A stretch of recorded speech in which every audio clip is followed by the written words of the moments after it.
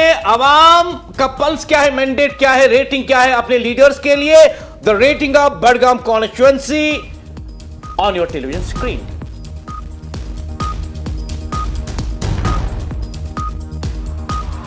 और public political rating Budgam की बात करें तो आगा मुंतजिर 5.8 पीडीपी यहां पर है। आगा महमूद जो है नेशनल कॉन्फ्रेंस के 4.2, जो अदर्स है वो तो वहां पर गायब भी है, कोई है नहीं तीसरा मत मुकाबिल। तो यहां पर मुझे लगता है कि अगर इसी तरह से इन्होंने काम किया तो आने वाले इंतखाबात में ये मुकाबला भी बडगाम में नेशनल कॉन्फ्रेंस वर्सेस मुदस्सिर याकूब पीडीपी रहेगा।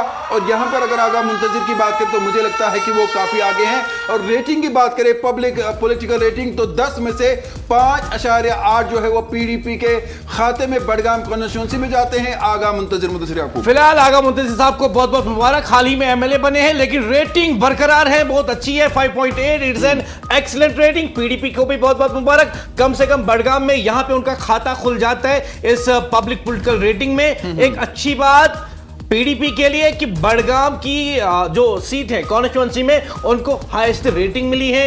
हालांकि जो नेशनल कॉन्फ्रेंस और पीडीपी के दरमियान जो फासला है रेटिंग का उतना भी ज्यादा नहीं है, लेकिन जब आप परसेंटेज के हिसाब से देखें तो ये फासला कभी कभी बहुत बढ़ जाता है। फिलहाल पीडीपी को मुबारक, मुंतजिर साहब को मुबारक। और बाई इलेक्शन में करीबन मुदस्सिर याकूब इन्होंने 21,700 के करीबन वोट लिए थे और जो उनके मत मुकाबिल थे नेशनल कॉन्फ्रेंस के 17,098 वोट वहां पर लिए थे। महमूद साहब थे इनके मत मुकाबिल और काफी पीछे रहे थे।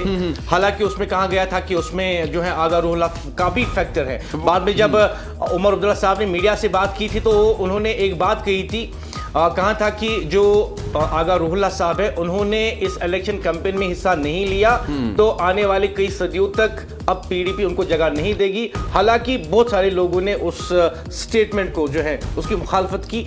उन्होंने कहा कि उमर साहब को ऐसा बयान नहीं देना चाहिए था अपने ही एक सीनियर लीडर के बारे में, क्योंकि हम जानते हैं पॉलिटिशियन अपनी जगह, लेकिन जो अवामी इज्जत और एहतराम जो है आगा रूहुल्लाह साहब का किया जाता है। और फिर उस इलाके में या उस कॉन्स्टिट्यूएंसी में जो अवाम है वो मायूस भी हो जाती है जब आप खुद कहते हैं कि अब हम यहाँ पर कहीं नहीं जीतेंगे।